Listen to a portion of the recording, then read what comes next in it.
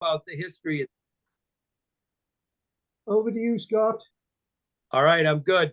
Okay, so we're gonna tie a fly, and this is a pattern that was really uh, developed in 1994 by a fellow from New Hampshire by the name of Jim Warner, and Jim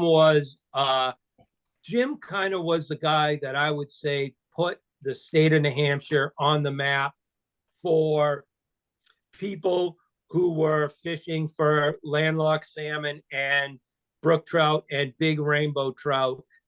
They would always go through New Hampshire on their way to Maine. They would never stop and fish in New Hampshire. And Jim had a shop on Lake Winnipesaukee, and that's our biggest lake here in the state. And he was a wonderful guy. He was very personable. He taught a lot of people how to tie flies, and but he was very innovative. He was really about using. He got what he liked to refer to as marabouitis. He got a hold of marabou, and he realized that all those feather wings that people like Carrie Stevens were tying, there was much more action in the fly when it was wet and it was used marabou. So he started tying flies with marabou, and they were big producers. They were flies that still fish very well today. And they all he had them all designed for different lakes in the state. But he wasn't a guy that didn't just use marabou. He also used the feather wings like I tie with the streamers, and he came up with this pattern right here, and this is called the Blue Magic. And he in 1979 he decided that this would be a good pattern to be what he referred to as an attractor, one that would maybe just stir up things in the water and have the fish go after it. And what he found was that in the fall, this fly became a very high producer. They would tie it longer than this, and it would be for trolling. But for the most part, he said he tied these the majority of the time as a casting streamer. And one of the things that he found out early on was that if you took the color red, blue, and yellow and blended them together, they would come out and be a lavender, purpley, bluish color. And a lot of streamer flies that were tied for the lakes to troll in, the addition of those three colors were important. They might take 6 bucktail hairs, 6 blue, 6 red, 6 yellow, and they would blend them together as an underwing, and that would give that fly the coloring that would make it imitate a smelt in the water. But he also found that the color copper made a big difference. I think one of the reasons is a lot of the water up here in the fall, the leaves fall off the trees, and the oak trees in particular, they get it. Sometimes they find their way in the water in the streams, and as they decompose over the course of years, the water turns so it looks rusty, and they call it tannin. It's clean water. It just has that color that's a little bit rusty, almost like you would have maybe a dark colored cup of tea with that little bit of rust in it color. And so the copper with that color of the water made a big difference. And so he added some copper to this fly, and he tied it a couple different ways. We're going to do one of the kind of optional ways, but it basically what you have is a body that is silver tinsel, and I used number 10, which is large. Why? Because I'm going to cover a lot of real estate real quick. He used a copper embossed or a copper flat tinsel as the rib. And then he had orange bucktail as the belly. His underwing was 4 strands of peacock herl. And then he had the 3 colors of feathers, red on the inside, blue on the outside. And then the yellow, if you look, the yellow feather is not as long as the red and blue. It's slightly shorter.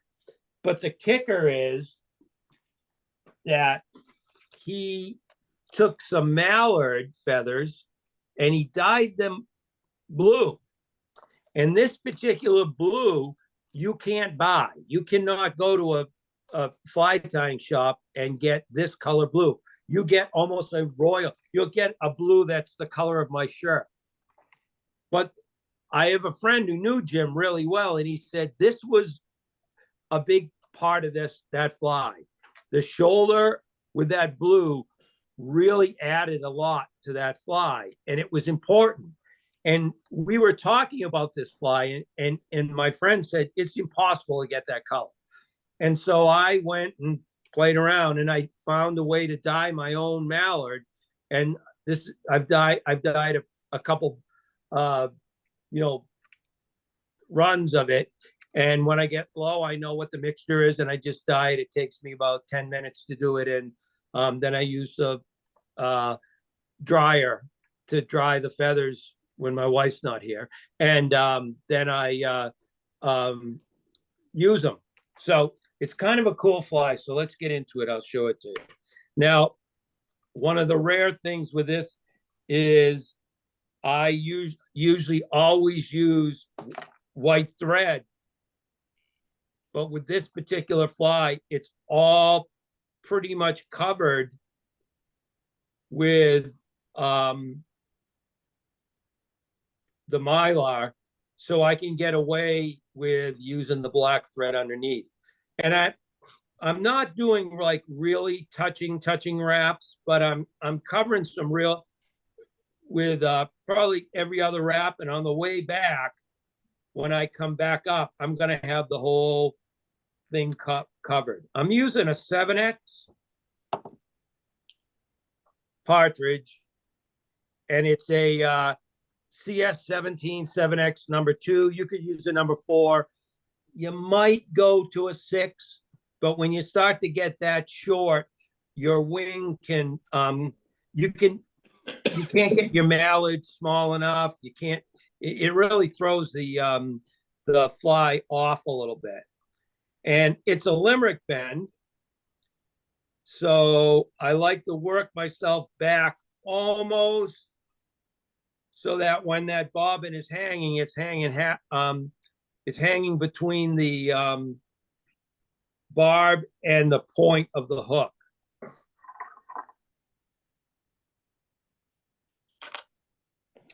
And then the rib is the embossed tinsel. So I put that on first.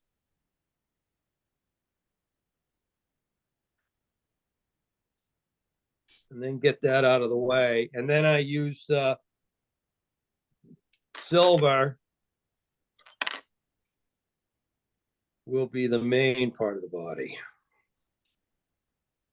And if you go online and ever see this fly, you will probably not see it with the embossed copper. Because all the recipes online talk about it being flat.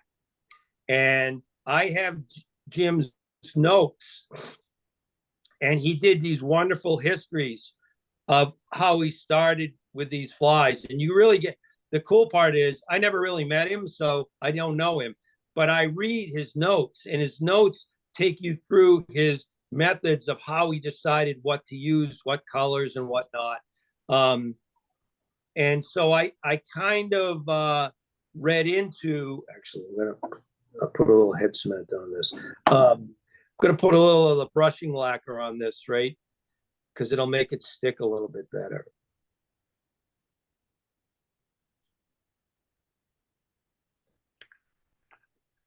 He was all about making his flies as heavy duty as possible. So he would often put the lacquer down, put his body on, and then rib it, and then put another coat of lacquer on top of everything just to get it so that it was really, really strong. Because the salmon and the brook trout, especially in the fall, their teeth are tuned up, sharpened. The brook trout get the hook jaw, and they really can rip these bodies to smithereens. And this is a great hook because it's nice and stout, strong. You can cast it, you can troll it. A lot of times we will, I'll tie this fly in this 7x2 and in a 9x2, and I'll troll both of them. And if I don't catch anything on the 7x, I'll put the 9x on, and believe it or not, you'd be surprised. I don't have to change the pattern. I just changed the size of the pattern, and that made the difference. And the fish just started to get going on it. So, but I will tell you, if any of you ever run into some all-cock 1810 streamer hooks, let me know. I'm looking for a couple of them so that I can do a couple reproduction patterns for the museum. All right, so I get a nice the silver mylar body on there, and then I always, especially when I'm instructing, I always do a quick 2-turn whip finish just to make sure that nothing bumps this and it comes undone. And then I'm going to do a rib. 7X is going to get 7 ribs. So there's 2, 3. My 4th rib is always dead in the middle. 5, 6, 7, and you're coming into 8 to tie it off, which is exactly what you want. And then I don't use my scissors because this is real metal. So I just kind of wiggle it back and forth, and it's done. It's off. And this, at this point, what I would say is, this is when, if you really wanted to make this fly bulletproof, you would put another coat of lacquer on it, and it'd dry.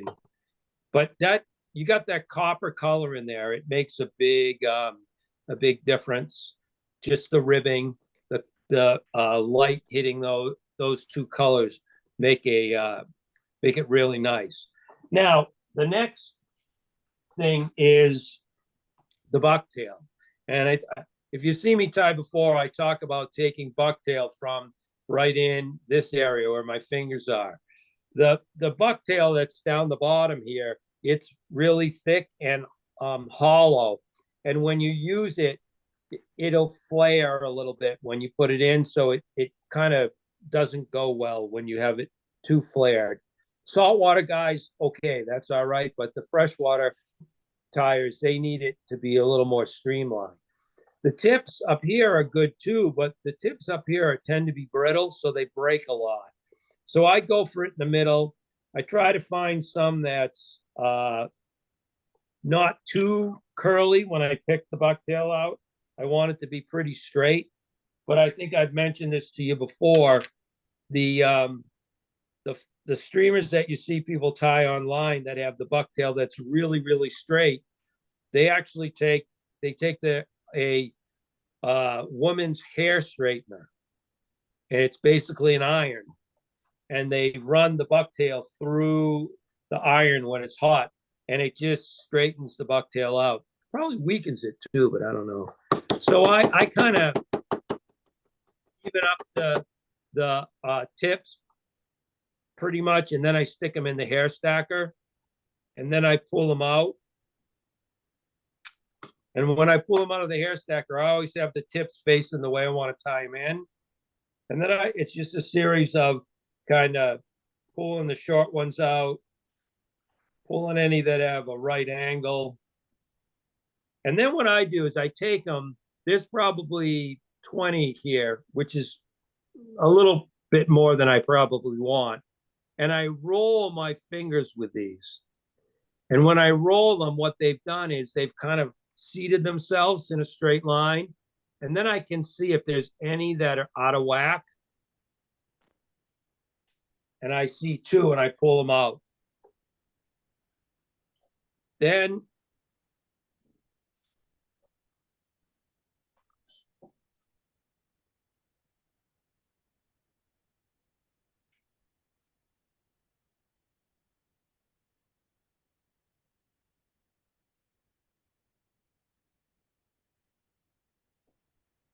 Is it me or is he frozen?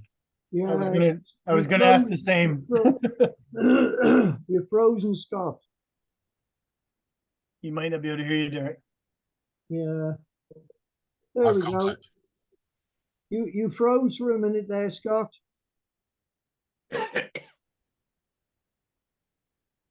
Again, Yeah. I don't know if it's my broadband or Scott's broadband. you froze on me. There I we go. froze on you, did I? so Yeah. you're from New Hampshire. It's probably snowing already. Oh, we got snow out in the front in the yard, yeah, but it's 50 today. So Oh wow. the first couple reps are really they're snug. And then I kind of crank it in and get them in there good. And then I put a little bit of the brushing varnish on again. All right. Are you getting me? Yeah. Okay. Okay. Because my screen's black. All right. So these are in pretty good. Now the next thing is to go up top and start building the wing. So what we want to do is it calls for 4 to 6 peacock curls. I use 4 if it's casting. I use 6 if it's trolling.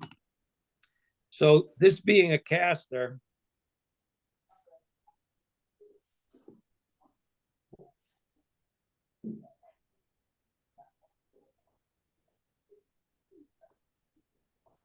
I'm going to take 4.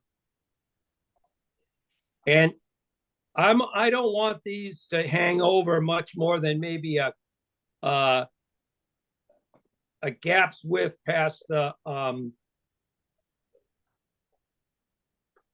bend of the hook.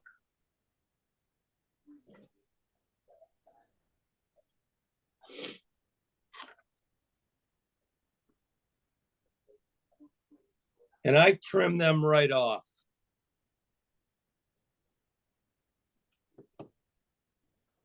And then what I do is, this is just a little extra that I've done, is I add a little bit of orange hen right where the bucktail is, to give it just a little bit of a throat.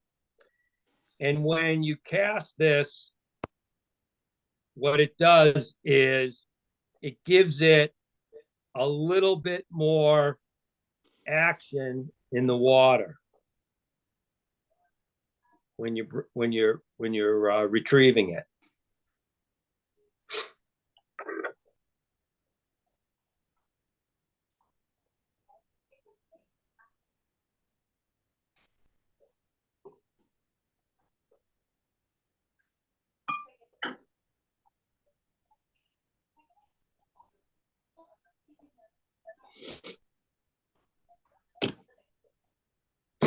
Okay. All right, now we're gonna go red, white, and blue. Oops. Red, white, and blue here. Or red, blue, and yellow, I should say. So we get a red, a red saddle.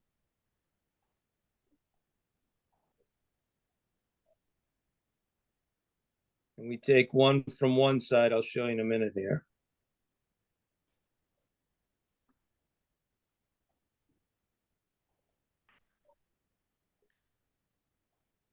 Yeah, that's good right there. We get the red.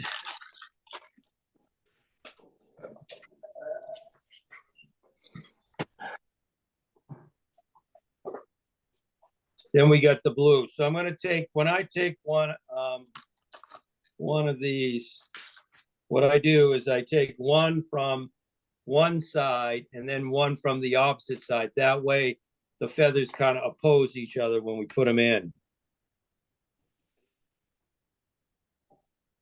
And if all goes well, if you take it roughly from the same spot, if you took it from here, you just go across, it should be relatively the same feather. Not exact, but it'll be close enough for government work.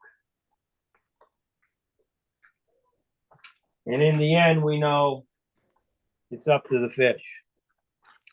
So it really doesn't matter how good it looks or how close it is to the original. Now, the yellow one we know is a little shorter. So I can actually look for a shorter feather. And on these birds, you're not going to get, they're all about the same length. So there's a few that are a little bit, but you're not really gonna. And the yellow, you know, I probably have a good 3 or 4 different colors of yellow. This is really bright yellow. It's not gold. It's not a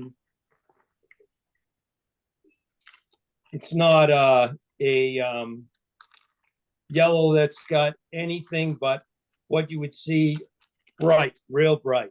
And I think that works the best for this fly. So now we're going to build the wing.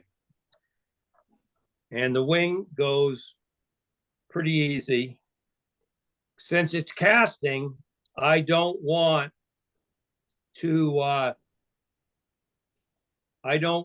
have this wing be too long. If it was long like this, then while I'm casting it, it's gonna the whole wing is gonna flip down and go underneath like this, and it's gonna not retrieve well. So what I do is I try to make this kind of short. Again, it's gonna be about a gap's width past the end of the hook bend. Make a little mark, and away I go. I strip the barbs off both sides, top and bottom, and then snip it. That's the wing right there. That's the length of the wing. That's what we want. So now I'm going to make every single feather blue and red, that same length. And I'm going to use that first red one as my template. I want to make sure that everyone is measured off that. If I don't do that, what'll happen is I'll make I'm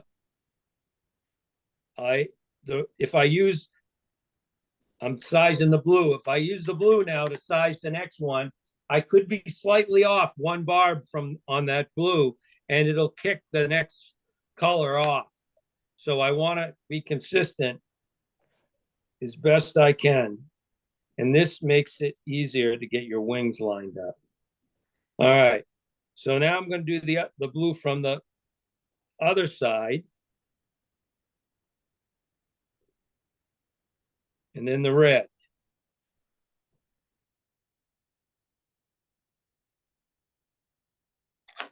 And if you're doing this and you're tying a bunch, it goes pretty fast once you start going.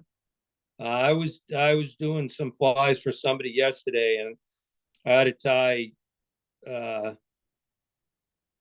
24, and they were all feather wings. They all were some of them were trolling, some of them were casting like this, and they they all had different color wings and whatnot, and I just was moving right along. I would, if you wanted three of one color, I do three bodies and then do the wings and put them together in no time. It would go bing, bing, bing, just like that. All right, so now I got the reds and the blues. So now the yellow is slightly shorter. So I still use the red. And I look at it and say, okay, see how the red extends a little bit beyond the yellow? So I like that. And it's all eyeballed. I'm sure that every one of his were slightly different. But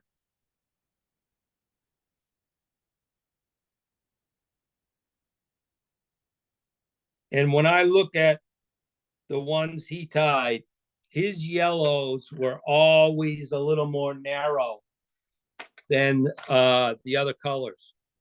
And I think that was because the yellow, he didn't want it to overpower the outside of those wings, because when they got wet, they would give you that purple bluish hue.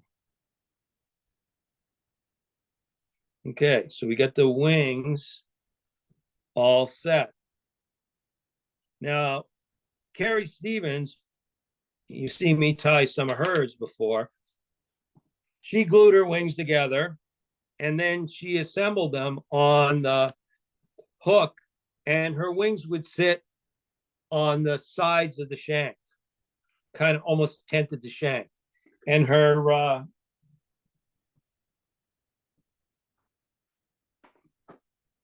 bodies would cover all of the shank of the hook. Okay. But then there were other patterns that other tires tied, like this one. This is a Lehman Special. You can see the body on that, right? Okay, because his wings were mounted on top of the hook and not on the sides. Jim's fly, they're mounted on top of the hook. So you could get away with not gluing the wings, but I glue them just because I think they actually stay together better. And I use this tear mender. And I just put a little bit on the base of the wing. You can see that little bit of white up into the feather. It's not much.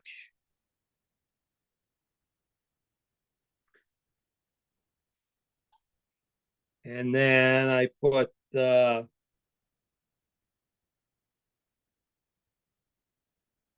yellow on top.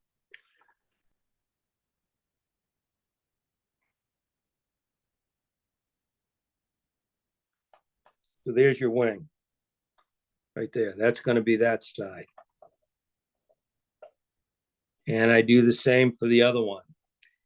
And one thing I have is I use these are pin bodkins. Basically what they are is a little vise with a pin, like a darning pin in it, a needle. Partridge, they started as a needle maker.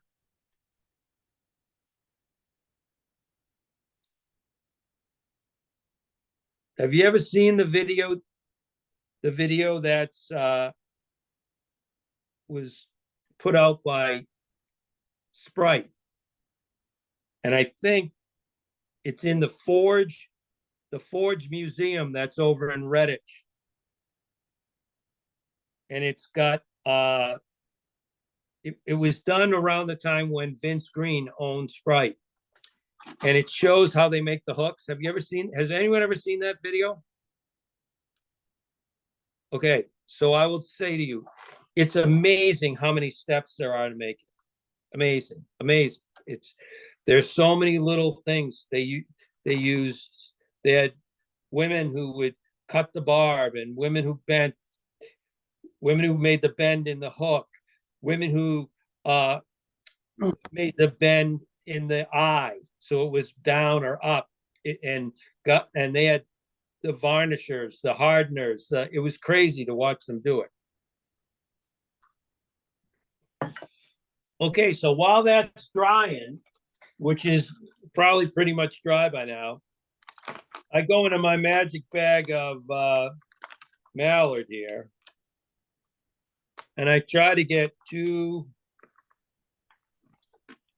mallard feathers that are somewhat the same size.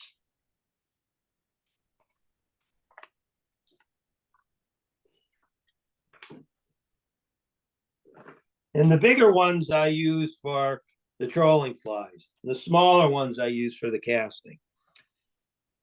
And then I'm just going to size it up, get it about the size that I want, which is probably about this big. Measure the other one.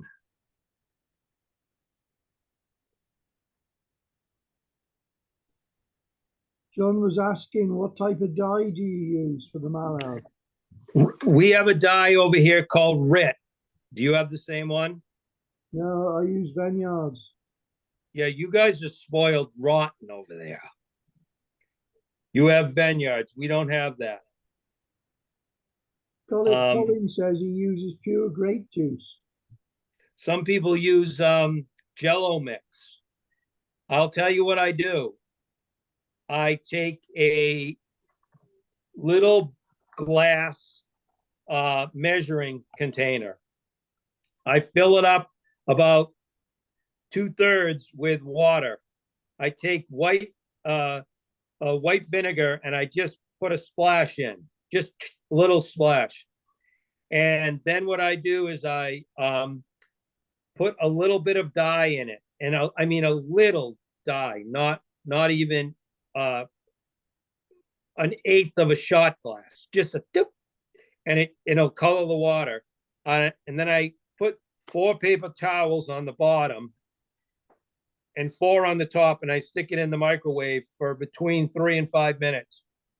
And right when I see it bubbling, when it's boiling, what I do is I take it and I take it out, and all the feathers, before I put the dye in the microwave, I get the feathers wet. I use some dishwashing detergent, some Dawn, get any oil out, rinse it, keep them wet, throw them wet into the hot mix, and I stir it around with a wooden stirring thing, and I look at the feathers, and when I see the feathers are the color I want, I wait just a little longer so they're a little darker than what I want, and then I take them out, run them under cold water. They set right there. They lose that extra darkness, and they're the color I want them. Then I just take them and I stick them in a pillow. I tie a knot in the pillow and I stick that in the dryer for about 5 minutes, and then I just take them out, and hopefully my wife's not here and they aren't going all over the place. And then I put them they're all dry, ready to go in the bag. And the RIT I use, the color, hang on, I'll get you the exact color.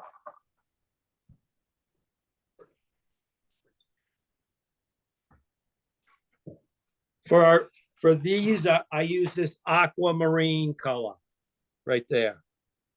And just make sure you shake your dye because it all gets concentrated down the bottom. All right, so now a little bit of wax. Take both wings. Put them together. Look at the tips.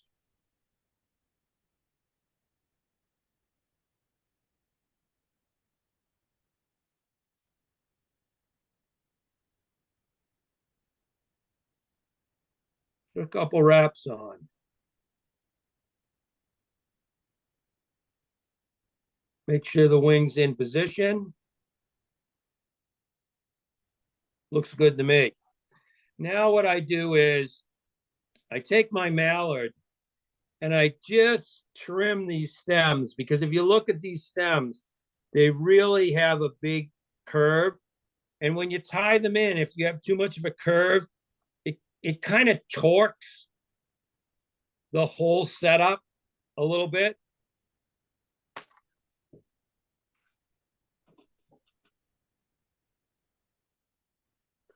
So I put one on this side.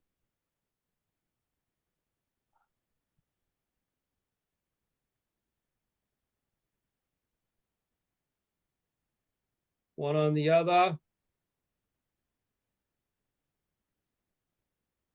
And then I'm going to take two small jungle cock eyes. I see the Irish guys all have the show this weekend. Hopefully, Tim, we're not going to get pictures of Tim laying on the floor in the pub like we did last weekend. I spoke with him this evening. He's off this evening. I'm worried. When does it start? Tomorrow or the next day? If it's 2 days between when he gets there, he may not make it. Owen says he's going to keep an eye on him. Oh, good. Usually he has to have Serena go with him. Yeah, she'll kill him if he gets into the state he did last time. Oh my God, the pictures were bad. Okay, so now we get the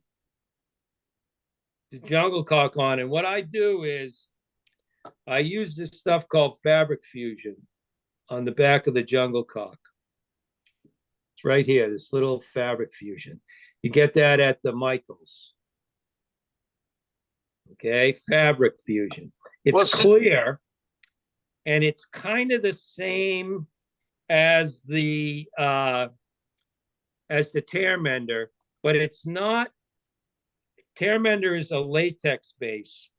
This isn't latex. But they're both waterproof, which is good because these are going to get wet. We know that. But what it does do is the jungle cock tends to be one of the weaker areas on these flies. So when you put the Fabric Fusion on the back, it kind of marries it right to that shoulder, and it gives it a little more strength down the road. And then when I do this, I trim off kind of in the reverse order that I put these on. So the first two trims are going to be the jungle cock, and then I'm going to find the mallard and trim the mallard off. If you go in and try to trim everything at once, you risk making the wing move when you do that. It's more like several small cuts works better than one big hack. And I know I was with a friend of mine the other day, and he was talking about how he's gotten down using the cauterizer to make some little tiny, get rid of some small fibers. And then when I build the head on these, I start right behind the eye, and then I work my way back.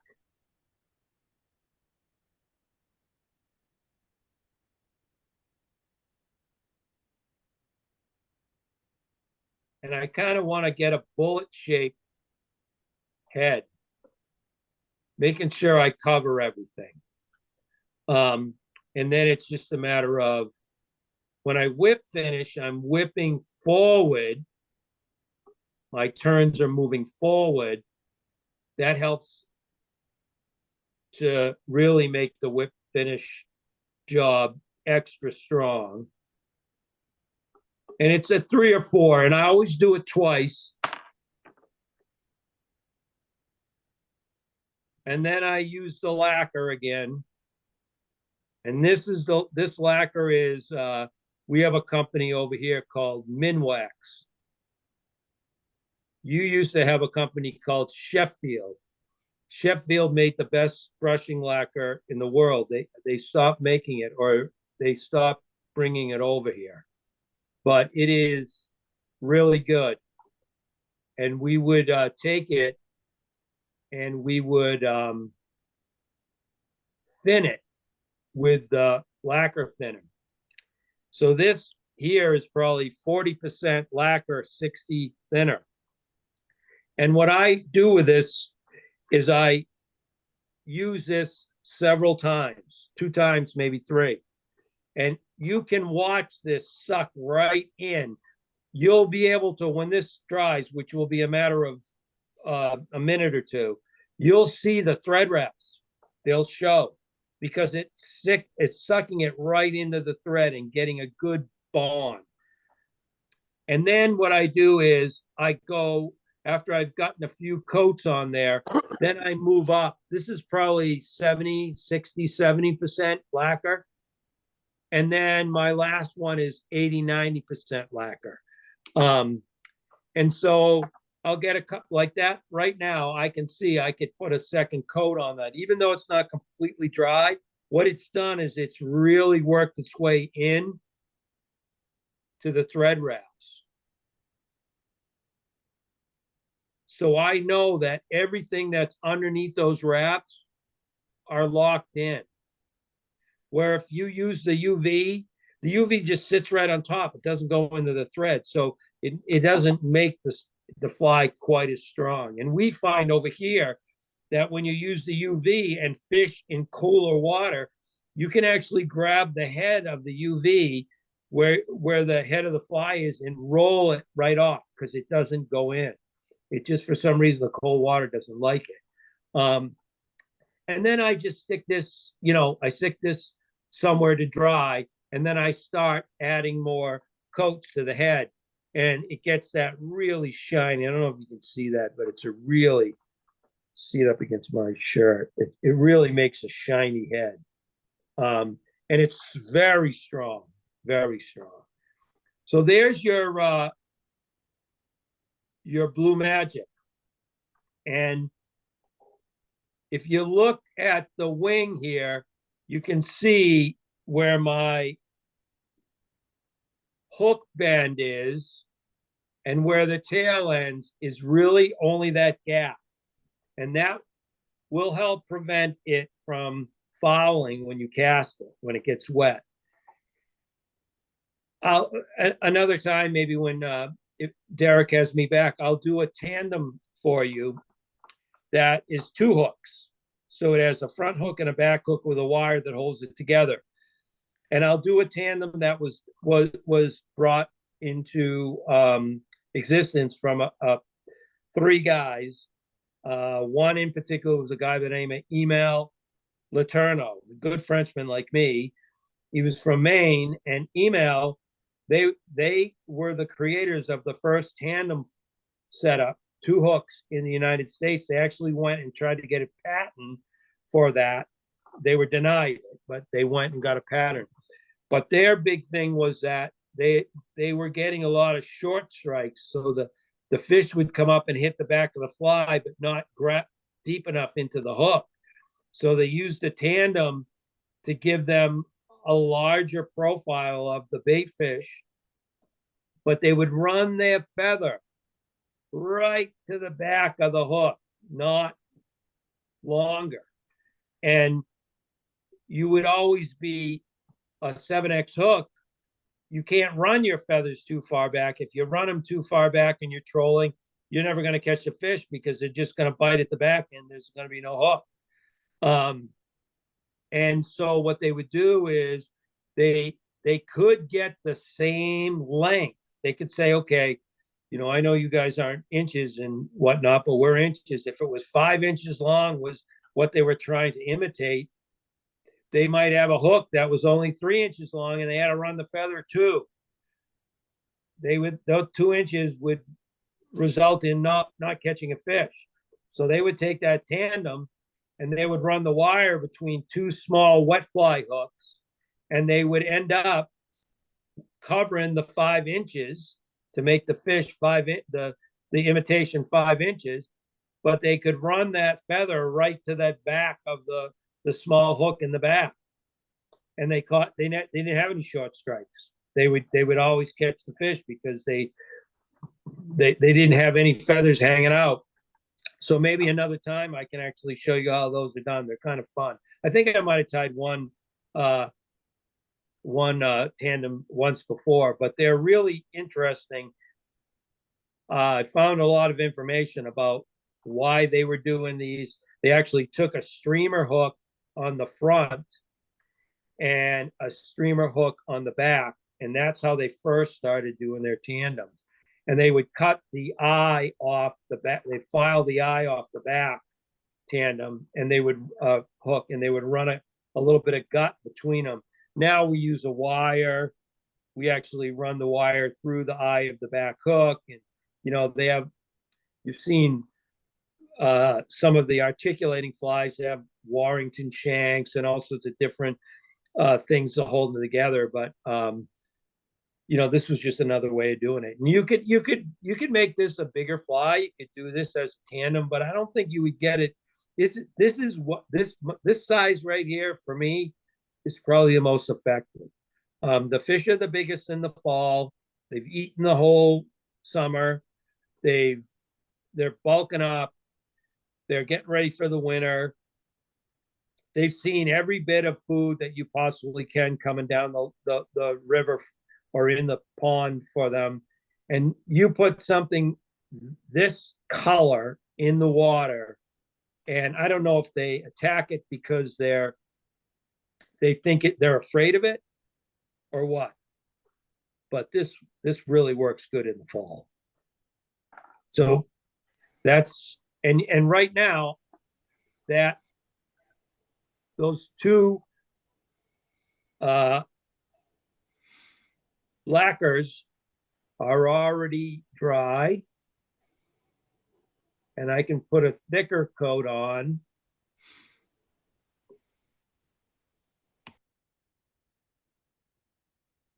And if you ever got a fly from me, you would see these are made not to fall apart. They're made to, and I take the extra time to put the extra lacquer on it because I think it's just the way it should be.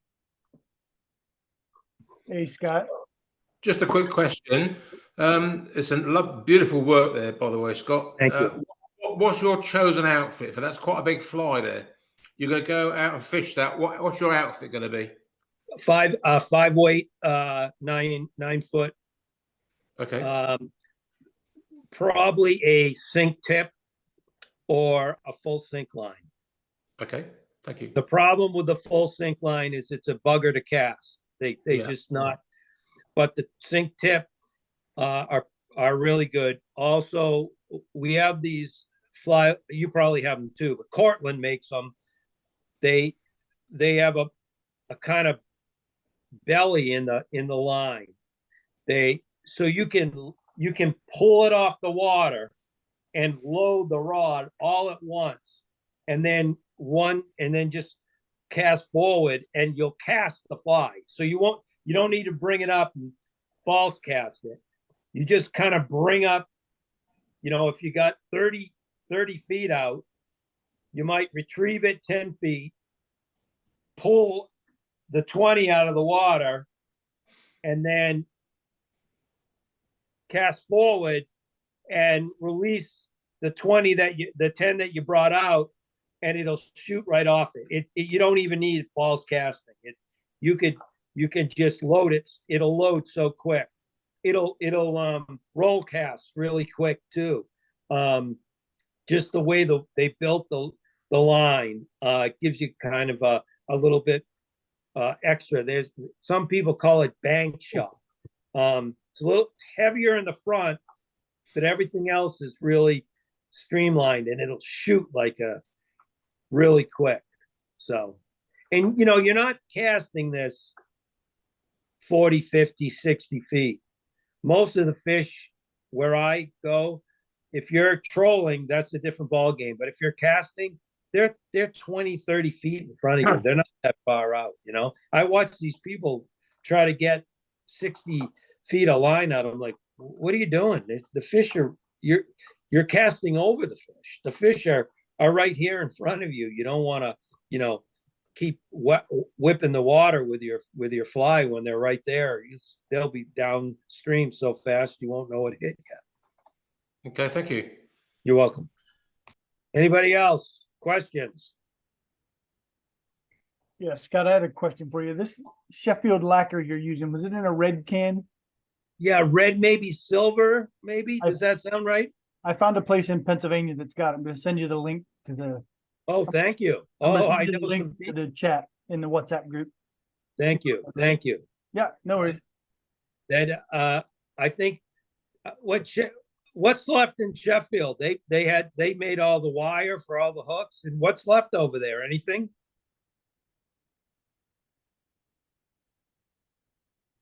No one knows. A lot No, of not a lot. Sheffield is renowned for stainless steel cutlery now, Oh, okay. forks and spoons and all that sort of stuff. Yeah, they made all the wire for Partridge and Sprite and Yeah, probably Alcock and all those guys. That, you know, they were the wire guys. So, but it seems like little by little, anything anyway. Same over here. No one makes anything that they used to 20, 30 years ago, 50 years ago. Yeah. it all Too comes much work. Didn't Mark Hammett buy it all? What is it? Didn't Mark buy all the stuff from Sprite and Partridge when he took it on? He did. And I don't know how much of it is left, but he did. I think when Sprite went out, he bought all the wire. I would imagine, because he says it's now made with Swedish wire. So I'm thinking that they probably used up whatever they had. So I know he's pushing Sprite more than Partridge these days, isn't he? Yeah, because they're both really, you know, he owns both companies and they're using the same wire. The Sprite hooks the streamer hooks don't get any bigger than 4X, but they're really good. They're really good hooks. I mean, they're really good hooks. I had somebody, I think I showed these to you last time. What hooks were you looking for again, Scott? Are you looking for the Alcock 1810, and usually 4s or 2s.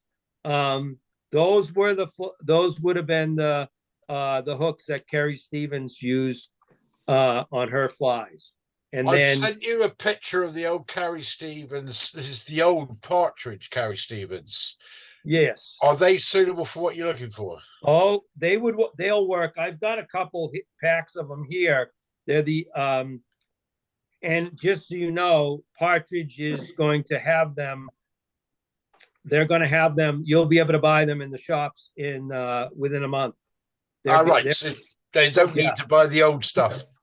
No, you'll be able to get the new ones, and they're the good part about the new ones are the return eye is tapered.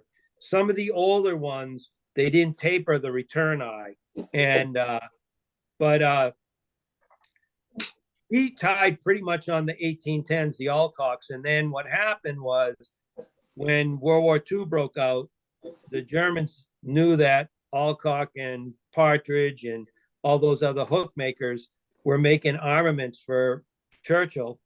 And so they bombed the living daylights out of the Redditch area.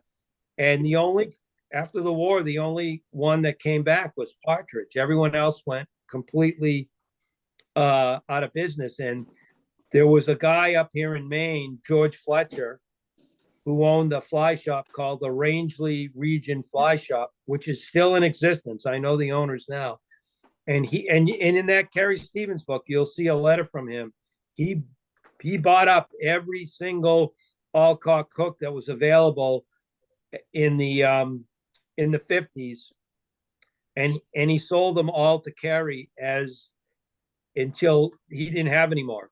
And then she moved to a Partridge style the ones that Mark's making right now, the 10x long ones and whatnot. But it's a very, his history is absolutely on the hooks are absolutely incredible. And then, you know, Mark's told me that Vince Green was one of the general managers of Partridge, and Vince left Partridge to start Sprite. Sprite made certain hooks and Partridge made certain. I don't think anyone was really in competition with each other. I think the demand for hooks was just incredible. And Mustad was making them, you know, and there originally, I think what I've read a little bit is that Kirby was a hook maker in London. And the Kirby hooks are the ones with the Offset. the offset. And they were, you know, easier to bait, easier to hook the fish. They were, I think Kirby was making hooks for people to catch fish to sell at the fish market, not, you know, to go out and have a, you know, a good fishing experience. And so these Kirby, he had his place in London back in the late 1800s, and they had a couple fires in London, and it would put him out of business. So he moved to Redditch, and when he moved to Redditch, that's when other hook makers started to come and get going. There, you can still, I've got some Kirby hooks. If you know, Herb Welch, the one I showed you that other book on, where did I put it? Oh, here.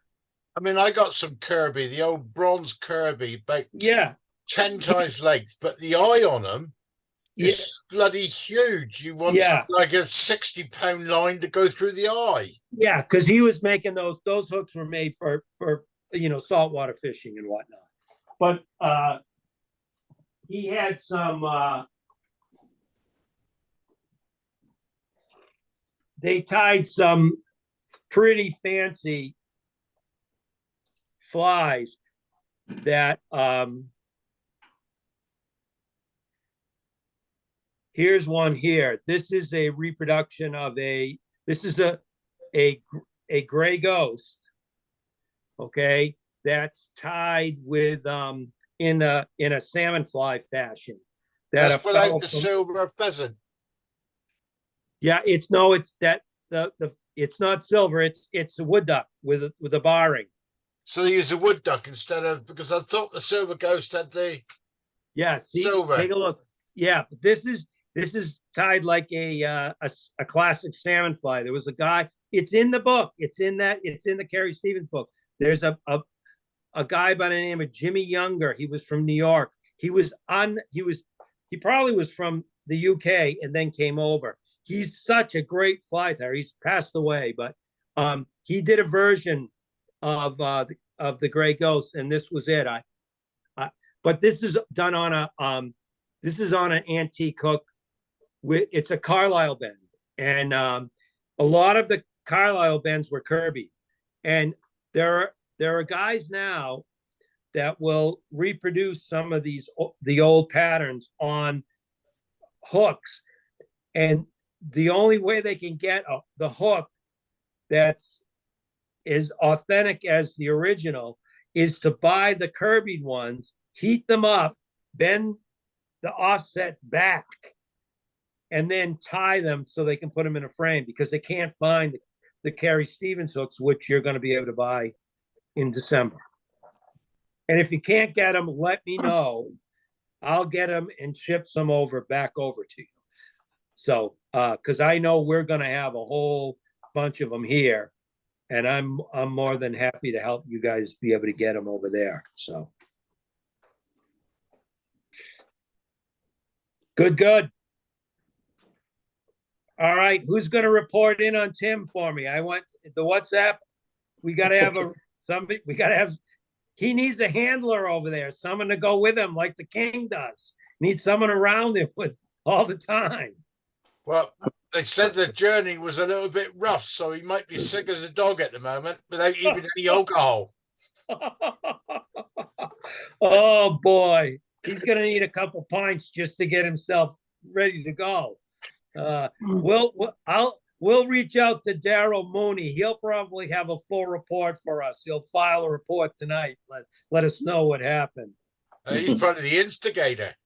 Oh, lights the fire and throws the petrol on it to get it going. Yes. All right, guys. Thanks for tonight, Scott.